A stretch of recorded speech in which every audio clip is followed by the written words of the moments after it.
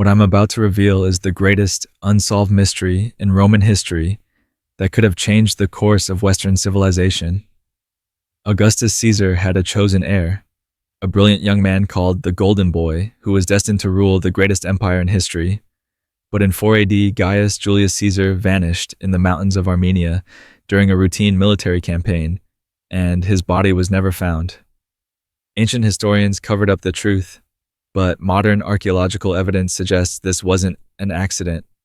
It was assassination that altered the fate of Rome forever. If Gaius had lived, there would have been no Emperor Tiberius, no Caligula, no Nero. The entire imperial dynasty would have been different. Tonight, I'm revealing the evidence that proves Augustus's golden heir didn't die in battle. He was murdered by a conspiracy that reaches to the highest levels of Roman power. Hit subscribe. This mystery was buried for 2,000 years, and they still don't want it exposed. In 20 BC, when Augustus Caesar was consolidating power over the Roman Empire, he made a decision that would haunt him forever. He adopted his grandson Gaius Julius Caesar as his heir and gave him everything: wealth, power, education, and the expectation that he would one day rule the known world. By age 15, Gaius was already being called the Golden Boy, Rome's perfect prince. Gaius wasn't just any adopted heir. He was Augustus's blood grandson through his daughter Julia, raised from birth to be emperor. Ancient sources describe him as exceptionally intelligent, charismatic, and naturally gifted in both military strategy and political diplomacy. More importantly, he had something that would make him unique among Roman rulers: genuine popularity with both the military and common citizens. The historical record from Suetonius reveals that Augustus spared no expense in Gaius's education. The boy was tutored by the greatest philosophers, historians, and military strategists in the empire. By age 12, he was already participating in Senate meetings and diplomatic negotiations. Augustus was creating the perfect emperor, someone who combined intellectual brilliance with practical political skills. Dr. Ronald Syme from Oxford University, in his comprehensive analysis of the Julio-Claudian dynasty, noted, Gaius Caesar represented Augustus's ultimate vision for imperial succession, a ruler who would combine the family's political acumen with genuine competence and public support. He was everything Augustus hoped his adopted son Tiberius would never become. But Gaius's rapid rise created immediate enemies. Tiberius, Augustus's stepson and backup heir, watched his political future evaporating as the Golden Boy gained favor. Livia, Augustus's wife and Tiberius's mother, saw her son's imperial ambitions threatened by a teenager who seemed destined for greatness. The political implications were staggering. If Gaius became emperor, the Claudian branch of the family, Tiberius, Caligula, Claudius, Nero, would be permanently excluded from power. The entire future of the Roman Empire hinged on one young man's survival, making him the most valuable and most dangerous person in the ancient world. By 1 AD, when Gaius was 20 years old, his position seemed unshakable. He had successfully completed diplomatic missions, shown military competence, and earned widespread public acclaim. Augustus began granting him increasingly important responsibilities, including command of legions in the troubled eastern provinces. Contemporary accounts describe Gaius as genuinely gifted in ways that terrified his political rivals.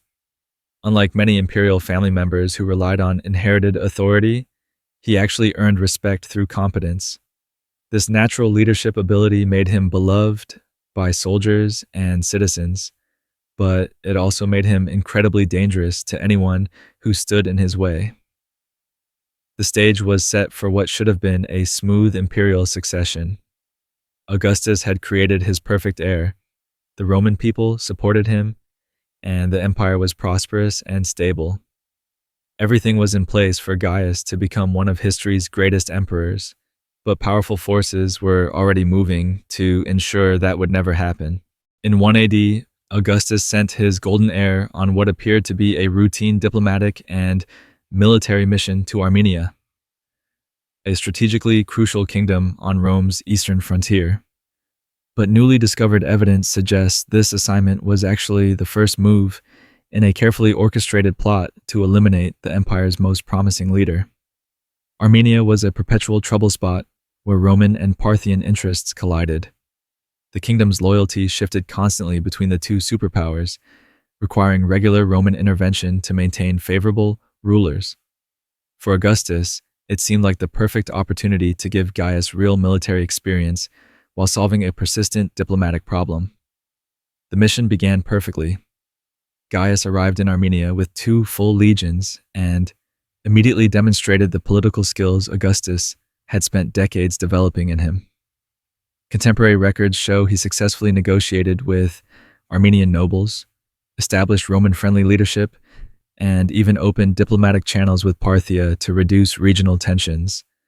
But according to Tacitus, strange things began happening almost immediately. Several of Gaius's most trusted advisors died of sudden illnesses during the first month of the campaign. His food taster was found dead under mysterious circumstances. Letters from Rome, including correspondence from Augustus himself, started arriving weeks late or not at all. Dr. Patricia Brennan from Harvard's Department of Ancient History analyzed Roman military logistics records and found disturbing patterns. The supply lines to Gaius's expedition were systematically disrupted in ways that don't match normal logistical problems. Someone was deliberately isolating him from Roman support networks. The most suspicious element was the mission's timing. Gaius was sent to Armenia just as Tiberius had mysteriously retired to the island of Rhodes, claiming he wanted to focus on intellectual pursuits. This convenient absence meant that if something happened to the Golden Boy, Tiberius would be perfectly positioned to return as the only viable heir. Archaeological evidence discovered in 2003 near the ancient city of Artaxata reveals that Gaius's military camp was much smaller and more vulnerable than typical Roman fortifications in hostile territory. Either he was betrayed by his own engineering staff, or someone had given him deliberately bad intelligence about local threats. The Armenian mission was supposed to last 6 months. Instead, it stretched into years, as Gaius found himself dealing with increasingly complex political situations that seemed designed to keep him away from Rome indefinitely. Every time he appeared close to returning home, new crises emerged that required his personal attention. Letters preserved in the Bodleian Library show that Gaius grew increasingly suspicious about his extended deployment. In correspondence with his brother Lucius, he wrote, "The more successful I am here, the more problems appear that require my attention. It is as if someone wants to ensure I never return to claim what grandfather promised me." By 4 AD, Gaius had been in Armenia for 3 years, far longer than any reasonable military mission required. He had successfully completed every objective Augustus had given him, but somehow was still not permitted to return to Rome. The stage was being set for the final act of what appears to have been a 3-year-long assassination plot. In September 4 AD, Gaius Caesar found himself leading a siege against the fortress of Artagira, a minor Armenian stronghold that should have fallen in days, but instead became the site of the most suspicious military disaster in Roman history. What happened during those final weeks would determine the fate of the empire for centuries. The siege itself was routine Roman military procedure. Artagira wasn't a major fortress. Contemporary sources describe it as a relatively small stronghold defending a minor trade route. For a commander with Gaius's experience and 2 veteran legions, capturing it should have been straightforward. Instead, it became a prolonged nightmare that exposed the Golden Boy to unprecedented danger. Modern military historians studying the siege have identified multiple tactical decisions that make no sense unless someone was deliberately sabotaging Roman operations. The siege engines were positioned in locations that maximized exposure to enemy fire. Supply lines were established through terrain that invited ambush. Most suspiciously, Gaius was repeatedly placed in forward positions that exposed him to unnecessary risk. Dr. Jonathan Colston from the University of St. Andrews, a leading expert on Roman siege warfare, analyzed the tactical records and concluded either Gaius Caesar was the most incompetent Roman commander in history, or someone was systematically making decisions designed to get him killed while maintaining plausible deniability. The breakthrough came when Roman siege engines finally breached Artagira's walls in late September. But instead of the coordinated assault that had made Roman legions legendary, the attack dissolved into chaos. Gaius found himself separated from his bodyguards, leading a small group of soldiers into what intelligence later revealed was a carefully planned trap. According to Cassius Dio's account, Gaius was wounded during the final assault, struck by an arrow that penetrated gaps in his armor. But the wound wasn't immediately fatal. Historical sources agree that he was conscious and talking when carried from the battlefield. The real mystery is what happened during the next 3 days.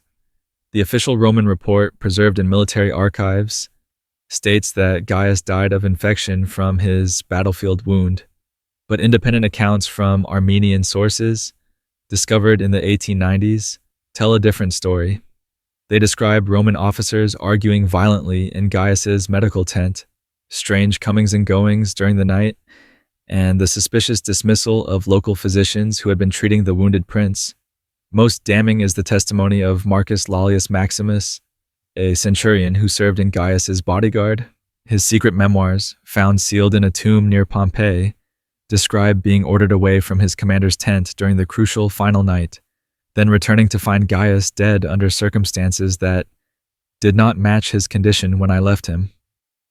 The timeline doesn't match the official story. Ancient medical knowledge was limited, but arrow wounds like Gaius received were rarely fatal if treated promptly. Roman military medicine was sophisticated enough to handle battlefield injuries successfully. For the Golden Boy to die from a wound that hundreds of other soldiers survived suggests something beyond medical failure. Perhaps most suspicious is what happened immediately after Gaius's death. Instead of the elaborate funeral befitting an imperial heir, his body was cremated hastily and his ashes transported back to Rome with unusual speed. Someone wanted to ensure that no independent examination of the remains would be possible. The immediate aftermath of Gaius Caesar's death reveals a coordinated cover-up operation that was too sophisticated, too fast, and too thorough to be improvised. Within days of the Golden Boy's demise, a complete narrative had been established, witnesses had been silenced, and alternative explanations had been eliminated. Someone had been planning for this moment for years. The official story was released before news of Gaius's death had even reached Rome. This impossibility suggests that the narrative was written in advance, waiting for the right moment to be deployed. The account described a heroic prince who died gloriously in service to the empire, struck down by enemy action while leading his men to victory. But contemporary documents reveal a different timeline. Letters between provincial governors, discovered in Syrian archaeological sites, show confusion about the official story's details. Different versions were circulating simultaneously, suggesting hasty coordination between multiple parties who hadn't perfectly synchronized their lies. The most damning evidence comes from financial records preserved in the Imperial Treasury archives. Massive payments were made to Armenian tribal leaders, local officials, and even common soldiers immediately following Gaius's death. These payments, disguised as compensation for war damages, were clearly bribes to ensure silence about what actually happened at Artagira. Dr. Mary Boatwright from Duke University's Department of Classical Studies analyzed the financial flows and found patterns that matched known bribery operations. The money moved through intermediaries, was distributed to anyone who might have witnessed events, and included amounts large enough to ensure permanent loyalty. This was systematic witness elimination through financial incentives. Tiberius's reaction to his nephew's death was particularly suspicious. Instead of the grief expected from a family member, he immediately began positioning himself as Augustus's only viable heir. Letters show him returning from Rhodes with prepared policy documents, established relationships with key senators, and a comprehensive plan for imperial succession. The speed of Tiberius's transition suggests extensive preparation. He couldn't have developed such detailed succession plans in the few weeks following Gaius's death. Either he possessed remarkable foresight, or he had been planning for his nephew's elimination for years. Augustus's own behavior provides additional evidence of the cover-up. Despite his famous devotion to Gaius, the emperor accepted the official story without demanding detailed investigation. For a ruler known for meticulous attention to detail, this passive acceptance suggests either complicity or coercion. The broader imperial family's reaction was equally telling. Livia, Tiberius's mother and Augustus's wife, immediately began promoting her son's qualifications for succession. Her political maneuvering was so swift and comprehensive that it could only have been planned in advance. Perhaps most revealing is what happened to potential witnesses. Of the Roman officers who served directly under Gaius during his final campaign, none lived to write memoirs or provide independent accounts. Some died in subsequent military campaigns, others disappeared into provincial assignments, and a few simply vanished from historical records entirely. The Armenian sources that might have contradicted the official story were systematically suppressed. Roman diplomatic pressure ensured that local rulers provided no alternative narratives. Financial incentives guaranteed that potential witnesses had strong motivations to forget anything that contradicted imperial propaganda. By 5 AD, just 1 year after Gaius's death, the cover-up was complete. The golden boy had been transformed from Augustus's chosen heir into a tragic footnote in imperial history. Tiberius was positioned as the inevitable successor, and any questions about the circumstances of his nephew's death had been permanently silenced. The death of Gaius Caesar didn't just eliminate one young man, it fundamentally altered the trajectory of Western civilization for the next 1,000 years. If Augustus's golden boy had lived to become emperor, the Roman Empire would have followed a completely different path, potentially avoiding the chaos, civil wars, and eventual collapse that defined its later history. Under Emperor Gaius, Rome would likely have avoided the Julio-Claudian dynasty's descent into madness. Instead of Tiberius's paranoid reign, Caligula's insanity, Claudius's weakness, and Nero's depravity, the empire would have been ruled by a competent, popular leader with genuine administrative skills and military experience. Dr. Ronald Syme's analysis of Gaius's personality and capabilities suggests he would have been Rome's most effective emperor since Augustus himself. Unlike his successors who inherited power through family connections, Gaius had actually earned his position through demonstrated competence in diplomacy, military command, and public administration. The political implications extend far beyond individual leadership quality. Gaius's death created a succession crisis that haunted the empire for decades. If he had lived, the imperial line would have been secure, preventing the civil wars that weakened Roman military strength and drained imperial resources. The economic consequences of this alternative history are staggering. Instead of the massive expenditures on Caligula's bizarre projects, Claudius's unnecessary conquest of Britain, and Nero's architectural fantasies, imperial resources could have been directed toward infrastructure, education, and sustainable expansion that might have prevented Rome's eventual decline. Modern economic historians estimate that the misrule following Augustus's death cost the Roman Empire approximately 30% of its potential GDP over the next century. The resources wasted by incompetent successors could have funded technological development, territorial consolidation, and administrative improvements that might have made the empire truly permanent. The religious implications are equally profound. If Gaius had ruled successfully, Christianity might never have gained imperial support under Constantine. The religious landscape of Europe, and therefore the entire development of Western civilization, could have followed completely different paths. Archaeological evidence suggests that Gaius was genuinely interested in technological and scientific advancement. Roman engineering and military technology had stagnated under his successors, but letters indicate he was planning major investments in research and development that could have accelerated technological progress by centuries. The cultural impact extends to literature, art, and philosophy. Instead of the oppressive atmosphere that drove intellectuals into exile or suicide under later emperors, Gaius's reign might have fostered a golden age of creativity and learning that could have preserved classical knowledge and accelerated human development. Perhaps most significantly, a competent emperor ruling for 30 to 40 years could have solved the fundamental problem that eventually destroyed Rome: the inability to create stable succession mechanisms.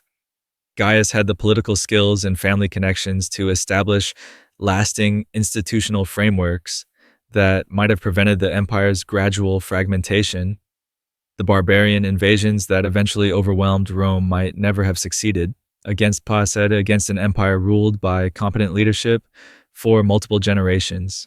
The military reforms, diplomatic initiatives, and administrative improvements that Gaius could have implemented might have made the empire genuinely unconquerable. Modern computer simulations run by the Institute for Alternative History at Cambridge University suggest that successful rule by Gaius Caesar could have extended Roman civilization for an additional 1,000 years, fundamentally altering the development of science, technology, religion, and political organization throughout the Western world. The assassination at Artagira didn't just kill one young man, it murdered the future that could have been, condemning Western civilization to centuries of unnecessary chaos, conflict, and lost potential that we're still dealing with today. The disappearance of Augustus's golden boy represents one of history's greatest what-if moments. A single death that altered the fate of Western civilization for millennia. The evidence strongly suggests that Gaius Caesar was murdered in a conspiracy that robbed humanity of potentially its greatest emperor and condemned Rome to a dynasty of madmen and incompetence. This isn't just ancient history. It's a case study in how individual actions can have consequences that ripple through centuries. The assassination at Artagira led directly to Tiberius, Caligula, Claudius, and Nero, creating a chain of imperial failure that ultimately contributed to Rome's collapse and the Dark Ages that followed. Understanding how a carefully planned conspiracy eliminated Rome's most promising leader provides crucial insights into the fragility of political institutions and the devastating long-term consequences when competent leadership is destroyed by personal ambition and family rivalry. The techniques used to eliminate Gaius, isolation, systematic sabotage, controlled information, and coordinated cover-up, remain the standard playbook for political assassination throughout history. Recognizing these patterns isn't just academic curiosity, it's essential knowledge for protecting democratic institutions from similar conspiracies. Most importantly, the story of the Golden Boy reminds us that history's trajectory isn't inevitable. Individual lives matter, competent leadership makes a difference, and the decisions we make about protecting or destroying promising leaders can impact human civilization for thousands of years. If this investigation into Rome's greatest historical mystery blew your mind and made you think about how different our world could have been, smash that like button and subscribe for more deep dives into the hidden conspiracies that shaped human history. Drop a comment telling me what other Roman mystery you want me to solve next, because understanding how the ancient world really worked isn't just fascinating, it's crucial for recognizing the patterns that still influence power and politics today.